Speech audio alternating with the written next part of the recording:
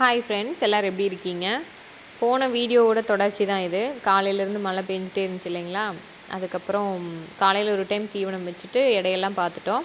ரெண்டாவது ஒரு 10-11 மணிக்கு மழை விட்டுரும். அதுக்கப்புறம் வந்து மேய்ச்சலை திறந்து விடலாம் அப்படிங்கிற மாதிரி யோசிச்சுட்டே இருந்தோம். ஆனால் மழை விட்ட மாதிரியே இல்லை. அதனால பார்த்திங்கன்னா தீவனம் வச்சிடலாம் அப்படின்னு முடிவு பண்ணோம். ஒரு 12:30 மணிக்கு திருப்பியும் ரெண்டாவது தீவனம் வச்சோம்.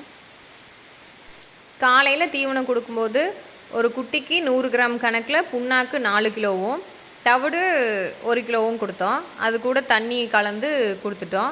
மறுபடியும் மத்தியானம் கொடுக்கும்போது பார்த்திங்கன்னா மக்காச்சோளம் 1 கிலோ, தவிடு 1 கிலோ, புண்ணாக்கு 4 கிலோ, சேம் அதே ப்ராசஸ் தான் கொடுத்தோம்.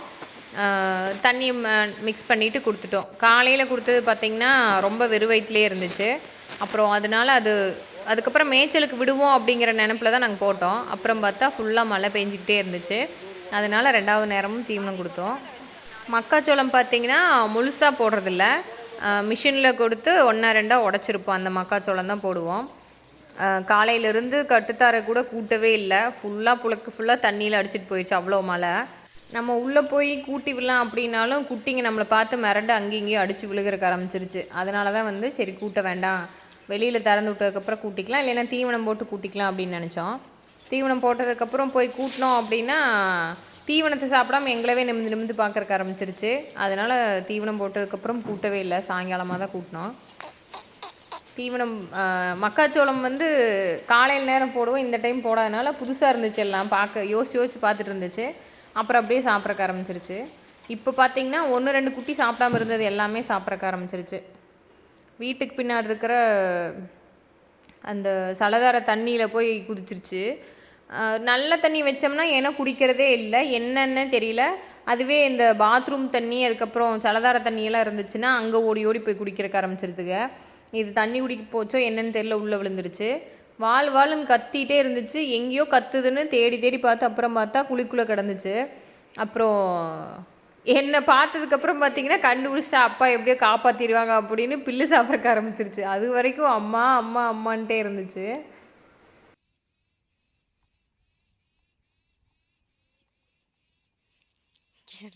ஆளை பார்க்க வரைக்கும் கத்துன்னு கத்துனேன்.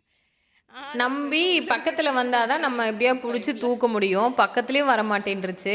ஒரு 10-15 நிமிஷம் சரியான போராட்டத்துக்கு அப்புறமா ஒரு வழியாக எடுத்து அப்படியே காதை மட்டும் கொண்டு வந்து லைட்டாக குடிச்சிச்சு. அப்படியே தலையை பிடிச்சி அப்படியே தூக்கிட்டோம்.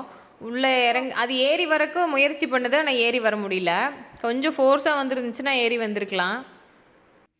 அப்புறம் தண்ணிக்குள்ளே எவ்வளோ நேரம் இருந்துச்சோ அப்படின்னு தெரியலன்னு சொல்லிட்டு சளி மருந்து கொஞ்சம் கொடுத்துட்டோம்.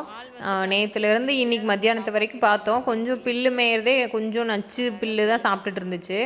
அப்புறம் இப்போ கொஞ்சம் ஓகே ஆகிடுச்சு. வெளியில் எடுத்து விட்டமோ இல்லையோ நேராக அது படுத்துக்கிற சாலைக்கு தான் போச்சு, வேறு எங்கேயுமே போகலை. இந்த கோழி குஞ்சு சாவல் குஞ்சு எல்லாமே பார்த்திங்கன்னா நம்ம மாடியில் கோழி குஞ்சு பறிச்சிச்சின்னு சொல்லிட்டு நான் ஒரு வீடியோ போட்டிருப்பேன். அப்புறம் ஷார்ட்ஸ்லேயுமே ஒரு கோழி என் கையில் சாப்பிட்ற மாதிரி இருக்கும். அந்த கோழி குஞ்சுக்கு தான் இதெல்லாம். இன்னுமே பழக்கத்துக்கு நான் வெங்காயத்தோலோ ஏதாவது கையில் என்ன சாப்பாடு கையில் கொடுத்தாலும் ஒடியாந்து சாப்பிட்டுக்கும். இடையில பார்த்திங்கன்னா கொஞ்ச நாள் என்கிட்ட வரதில்லை, இப்போல்லாம் கையில் கொடுத்தாலுமே வந்து சாப்பிட்டுக்கும். அவங்க அம்மாவுமே அப்படி தான் வந்து சாப்பிட்டுக்குது.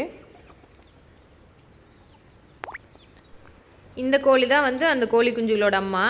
இது இந்நேரம் அடுத்த கூம்பே கோழி முட்டை வச்சுருக்கணும், ஆனால் இப்போ தான் 2வது கூம்பு வச்சுருக்குது. ஏன்னா அதுக்கு ஒரு டைம் பேன் பிடிச்சி ஒரு மாதிரி இறந்து போகிற மாதிரி ஆயிடுச்சு அவங்க ஆத்தா வீட்டில் வச்சுருக்கும்போது. அப்புறம் மருந்தெல்லாம் அடிச்சு விட்டு ரெக்கவர் ஆகி இப்போ தான் வந்து திருப்பியும் முட்டை வச்சுட்ருக்குறாங்க நம்ம வீட்லேயே. அதே மாதிரியே மாடியில் போய் வச்சிட்ருக்குது. இப்போ இந்த கோழிகளெல்லாம் பார்த்திங்கன்னா கொடுக்குற ஸ்டேஜுக்கு வந்துருச்சு கிட்டத்தட்ட. கோழிகளை மட்டும் கொடுத்துடலாம், சாவலெல்லாம் மட்டும் இன்னும் 1 மாதம் வச்சுக்கலாம் அப்படின்ட்டு. ஏன்னா இப்போவே வந்து கோழிங்கெல்லாம் கேவறக்க ஆரம்பிச்சிருச்சு. நம்மளால் அவ்வளோ கோழியெல்லாம் இப்போவே 6-7 கோழிக்கு பக்கமாக முட்டை வச்சுட்ருக்குது. நம்ம அவ்வளோ கோழியெல்லாம் வச்சு சமாளிக்க முடியாது அப்படின்ட்டு நம்மளுக்கு கோழி குஞ்சு கொடுத்த அண்ணாவே வந்து வாங்கிக்கிறேன் அப்படின்னு சொல்லியிருந்தாங்க. சரி அவங்ககிட்ட சொல்லிடலாம் அப்படின்ட்டு. சாவலெல்லாம் இன்னொரு மாதம் ஆயிரும், அப்போ தான் வந்து இன்னும் கொஞ்சம் வெயிட் ஏறும் அப்படின்ட்டு. நாங்கள் வெளியில் போயிட்டு வரக்குள்ளே அந்த குஞ்சு கோழி வந்து இதை போட்டு அவ்வளோ கொத்து வச்சிருச்சு.